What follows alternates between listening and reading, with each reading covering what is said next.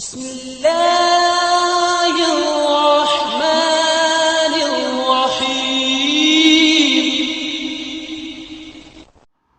اعوذ باللہ من الشیطان الرجیم، بسم اللہ الرحمن الرحیم۔ السلام علیکم۔ آج آپ کا میزبان ڈاکٹر کاشف بشیر تفہیم القرآن سیریز کی قسط نمبر 353 کے ساتھ آپ کے سامنے حاضر خدمت ہے، جس میں ہم انشاءاللہ العزیز سورہ قصص کی آیت نمبر 9 سے لے کر 13 تک کا ترجمہ اور تفسیر آپ کے سامنے پیش کریں گے، اور اس حصے کا موضوع ہے کہ حضرت موسیٰ علیہ السلام اپنی والدہ سے پھر ملتے ہیں۔ بسم اللہ الرحمن الرحیم۔ وقالت امرأۃ فرعون قرۃ عین لی ولک لا تقتلوہ عسى ان ينفعنا او نتخذہ ولدا وهم لا یشعرون۔ ترجمہ، فرعون کی بیوی نے اس سے کہا، یہ میرے اور تیرے لیے آنکھوں کی ٹھنڈک ہے، اسے قتل نہ کرو، کیا عجب کہ یہ ہمارے لیے مفید ثابت ہو یا ہم اسے بیٹا ہی بنا لیں۔ اور وہ انجام سے بے خبر تھے۔ تفسیر میں آتا ہے اس بیان سے جو صورت معاملہ صاف سمجھ آ رہی ہے وہ یہ ہے کہ تابوت یا ٹوکرا دریا میں بہتا ہوا جب اس مقام پر پہنچا جہاں فرعون کے محلات تھے تو فرعون کے خدام نے اسے پکڑ لیا اور لے جا کر بادشاہ اور ملکہ کے سامنے پیش کر دیا۔ ممکن ہے کہ بادشاہ اور ملکہ خود اس وقت دریا کے کنارے سیر میں مشغول ہوں اور ان کی نگاہ اس ٹوکرے پر پڑی ہو اور انہی کے حکم سے وہ نکالا گیا ہو۔ اس میں ایک بچہ پڑا ہوا دیکھ کر بآسانی یہ قیاس کیا جا سکتا تھا کہ یہ ضرور کسی اسرائیلی کا بچہ ہے، کیونکہ وہ ان محلوں کی طرف سے آ رہا تھا جن میں بنی اسرائیل رہتے تھے، اور انہی کے بیٹے اس زمانے میں قتل کیے جا رہے تھے، اور انہی کے متعلق یہ توقع کی جا سکتی تھی کہ کسی نے بچے کو چھپا کر کچھ مدت تک پالا ہے، اور پھر جب وہ زیادہ دیر چھپ نہ سکا تو اب اسے اس امید پر دریا میں ڈال دیا ہے کہ شاید اسی طرح اس کی جان بچ جائے اور کوئی اسے نکال کر پال لے۔ اسی بنا پر کچھ ضرورت سے زیادہ وفادار غلاموں نے عرض کیا کہ حضور اسے فوراً قتل کرا دیں، یہ بھی کوئی بچہ افعا ہی ہے، لیکن فرعون کی بیوی آخر عورت تھی اور بعید نہیں کہ وہ بے اولاد ہو، پھر بچہ بھی بہت پیاری صورت کا تھا، جیسا کہ سورہ طٰہٰ میں اللہ تعالیٰ خود حضرت موسیٰ علیہ السلام کو بتاتے ہیں، میں نے اپنی طرف سے تیرے اوپر محبت ڈال دی تھی۔ سبحان اللہ، یعنی تجھے ایسی موہنی صورت دی تھی کہ دیکھنے والوں کو بے اختیار تجھ پر پیار آ جاتا تھا، اس لیے اس عورت سے نہ رہا گیا اور اس نے کہا کہ اسے قتل نہ کرو بلکہ لے کر پال لو، یہ جب ہمارے ہاں پرورش پائے گا اور ہم اسے بیٹا بنا لیں گے تو اسے کیا خبر ہوگی کہ میں اسرائیلی ہوں۔ یہ اپنے آپ کو آل فرعون ہی کا ایک فرد سمجھے گا اور اس کی قابلیتیں بنی اسرائیل کے بجائے ہمارے کام آئیں گی۔ بائبل اور تلمود کا بیان ہے کہ وہ عورت جس نے حضرت موسیٰ علیہ السلام کو پالنے اور بیٹا بنانے کے لیے کہا تھا فرعون کی بیٹی تھی، لیکن قرآن صاف الفاظ میں اسے فرعون کی بیوی کہتا ہے، اور ظاہر ہے کہ صدیوں بعد مرتب کی ہوئی زبانی روایات کے مقابلے میں براہ راست اللہ تعالیٰ کا بیان ہی قابل اعتماد ہے۔ کوئی وجہ نہیں کہ خواہ مخواہ اسرائیلی روایات سے مطابقت پیدا کرنے کی خاطر عربی محاورہ استعمال کے خلاف کے معنی فرعون کے خاندان کی عورت کے کیے جائیں۔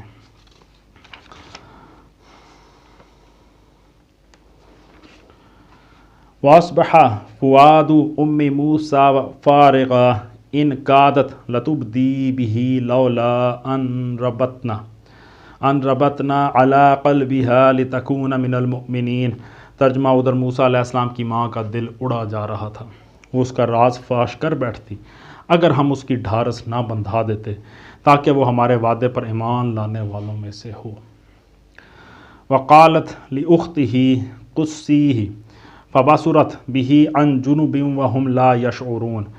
ترجمہ، اس نے بچے کی بہن سے کہا کہ اس کے پیچھے پیچھے جا، چنانچہ وہ الگ سے اس کو اس طرح دیکھتی رہی کہ دشمنوں کو اس کا پتہ نہ چلے۔ تفسیر میں آتا ہے یعنی لڑکی نے اس طریقے سے ٹوکرے پر نگاہ رکھی کہ بہتے ہوئے ٹوکرے کے ساتھ ساتھ وہ اس کو دیکھتی ہوئی چلتی بھی رہی اور دشمن یہ نہ سمجھ سکے کہ اس کا کوئی تعلق اس ٹوکرے والے بچے کے ساتھ ہے۔ اسرائیلی روایات کے مطابق حضرت موسیٰ علیہ السلام کی یہ بہن اس وقت 10 سے 12 برس کی تھیں۔ ان کی ذہانت کا اندازہ اس سے ہو سکتا ہے کہ انہوں نے بڑی ہوشیاری کے ساتھ بھائی کا پیچھا کیا اور یہ پتہ چلا لیا کہ وہ فرعون کے محل میں پہنچ چکا ہے۔ وَحَرَّمْنَا عَلَيْهِ الْمَرَاضِعَ مِنْ قَبْلُ فَقَالَتْ هَلْ أَدُلُّكُمْ عَلَىٰ أَهْلِ بَيْتٍ يَكْفُلُونَهُ لَكُمْ وَهُمْ لَهُ نَاصِحُونَ۔ ترجمہ، اور ہم نے بچے پر پہلے ہی دودھ پلانے والیوں کی چھاتیاں حرام کر رکھی تھیں۔ یہ حالت دیکھ کر اس لڑکی نے ان سے کہا، میں تمہیں ایسے گھر کا پتہ بتاؤں جس کے لوگ اس کی پرورش کا ذمہ لیں اور خیر خواہی کے ساتھ اسے رکھیں۔ چھاتیاں حرام کر رکھی تھیں۔ تفسیر میں آتا ہے یعنی فرعون کی بیوی جس کو کسی دودھ پلانے کے لیے بلاتی تھی، بچہ اس کی چھاتی کو منہ نہ لگاتا تھا۔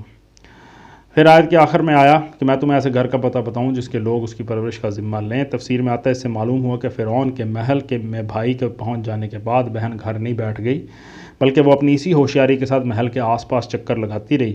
پھر جب اسے پتہ چلا کہ بچہ کسی کا دودھ نہیں پی رہا اور ملکہ عالیہ پریشان ہے کہ کوئی ایسی انا ملے جو بچے کو پسند آئے، تو وہ ذہین لڑکی سیدھی محل میں پہنچ گئی اور جا کر کہا کہ میں ایک اچھی انا کا پتہ بتاتی ہوں جو اس بچے کو بڑی شفقت کے ساتھ پالے گی۔ اس مقام پر یہ بات بھی سمجھ لینی چاہیے کہ قدیم زمانے میں ان ممالک کے بڑے اور خاندانی لوگ بچوں کو اپنے ہاں پالنے کے بجائے عموماً اناؤں کے سپرد کر دیتے تھے اور وہ اپنے ہاں ان کی پرورش کرتی تھی۔ نبی صلی اللہ علیہ وآلہ وسلم کی سیرت میں بھی یہ ذکر آتا ہے کہ مکہ میں وقتاً فوقتاً اطراف و نواح کی عورتیں انا گیری کی خدمت کے لیے آتی تھیں اور سرداروں کے بچے دودھ پلانے کے لیے اچھے اچھے معاوضوں پر حاصل کر کے ساتھ لے جاتی تھیں۔ حضور صلی اللہ علیہ وآلہ وسلم نے خود بھی حلیمہ سعدیہ کے ہاں صحرا میں پرورش پائی ہے۔ یہی طریقہ مصر میں بھی تھا۔ اسی بنا پہ حضرت موسیٰ علیہ السلام کی بہن نے یہ نہیں کہا کہ میں ایک اچھی انا لا کر دیتی ہوں، بلکہ یہ کہا کہ میں ایسے گھر کا پتہ بتاتی ہوں جس کے لوگ اس کی پرورش کا ذمہ لیں اور اسے خیر خواہی کے ساتھ پالیں گے۔ فَرَدَدْنَاهُ إِلَىٰ أُمِّهِ كَيْ تَقَرَّ عَيْنُهَا وَلَا تَحْزَنَ وَلِتَعْلَمَ أَنَّ وَعْدَ اللَّهِ حَقٌّ وَلَٰكِنَّ أَكْثَرَهُمْ لَا يَعْلَمُونَ۔ ترجمہ: اس طرح ہم موسیٰ علیہ السلام کو اس کی ماں کے پاس پلٹا لائے تاکہ اس کی آنکھیں ٹھنڈی ہوں اور وہ غمگین نہ ہو اور جان لے کہ اللہ کا وعدہ سچا تھا، مگر اکثر لوگ اس بات کو نہیں جانتے۔ سبحان اللہ۔ تفسیر میں آتا ہے بائبل اور تلمود سے معلوم ہوتا ہے کہ بچے کا نام موسیٰ فرعون کے گھر میں رکھا گیا تھا۔ یہ عبرانی زبان کا نہیں بلکہ قبطی زبان کا لفظ ہے اور اس کی معنی ہے میں نے اسے پانی سے نکالا۔ قدیم مصری زبان سے بھی حضرت موسیٰ علیہ السلام کے نام کی یہ تخریج صحیح ثابت ہوتی ہے۔ اس زبان میں منہ پانی کو کہتے ہیں اور اوشے کا مطلب تھا بچایا ہوا۔ پھر آیت کے آخر میں آیا کہ اس کی ماں جان لے کہ اللہ کا وعدہ سچا تھا۔ تفسیر میں آتا ہے اور اللہ کی اس حکیمانہ تدبیر کا فائدہ یہ بھی ہوا کہ حضرت موسیٰ علیہ السلام فی الواقع فرعون کے شہزادے نہ بن سکے، بلکہ اپنے ہی ماں باپ اور بہن بھائیوں میں پرورش پا کر انہیں اپنی اصلیت اچھی طرح سے معلوم ہو گئی۔ اپنی خاندانی روایات سے، اپنے آبائی مذہب سے اور اپنی قوم سے ان کا رشتہ نہ کٹ سکا۔ وہ آل فرعون کے ایک فرد بننے کے بجائے اپنے دلی جذبات اور خیالات کے اعتبار سے پوری طرح بنی اسرائیل کے ایک فرد بن کر اٹھے۔ نبی صلی اللہ علیہ وآلہ وسلم کی ایک حدیث میں فرماتے ہیں جو شخص اپنی روزی کمانے کے لیے کام کرے اور اس کام میں اللہ کی خوشنودی پیش نظر رکھے، اس کی مثال حضرت موسیٰ علیہ السلام کی والدہ کی سی ہے کہ انہوں نے اپنے ہی بیٹے کو دودھ پلایا اور اس کی اجرت بھی پائی۔ یعنی ایسا شخص اگرچہ اپنا اور اپنے بال بچوں کا پیٹ بھرنے کے لیے کام کرتا ہے، لیکن چونکہ وہ اللہ تعالیٰ کی خوشنودی پیش نظر رکھ کر ایمانداری سے کام کرتا ہے، جس کے ساتھ بھی معاملہ کرتا ہے اس کا حق ٹھیک ادا کرتا ہے اور رزق حلال سے اپنے نفس اور اپنے بال بچوں کی پرورش اللہ کی عبادت سمجھتے ہوئے کرتا ہے، اس لیے وہ اپنی روزی کمانے پر بھی اللہ کے ہاں اجر کا مستحق ہوتا ہے۔ گویا روزی بھی کمائی اور اللہ سے اجر و ثواب بھی پایا۔ صدق اللہ العلی العظیم۔ الحمدللہ آج ہم نے سورہ القصص کی آیت نمبر 13 تک کا ترجمہ اور تفسیر آپ کے سامنے پیش کرنے کی کوشش کی ہے۔ اللہ تعالیٰ کا لاکھ لاکھ شکر ہے، اس کی تمام نعمتوں کا، تمام آسانیوں کا، تمام رحمتوں کا، تمام کرامتوں کا، ہر طرح کی نعمت کا اللہ تعالیٰ کا لاکھ لاکھ شکر ہے، اور اللہ سے دعا ہے کہ اللہ تعالیٰ ہماری ناشکریوں سے درگزر فرمائے۔ اسی دعا کے ساتھ آپ سے اجازت چاہیں گے، اپنا بہت خیال رکھیں۔ آپ لوگوں کا بہت بہت شکریہ۔ اللہ حافظ۔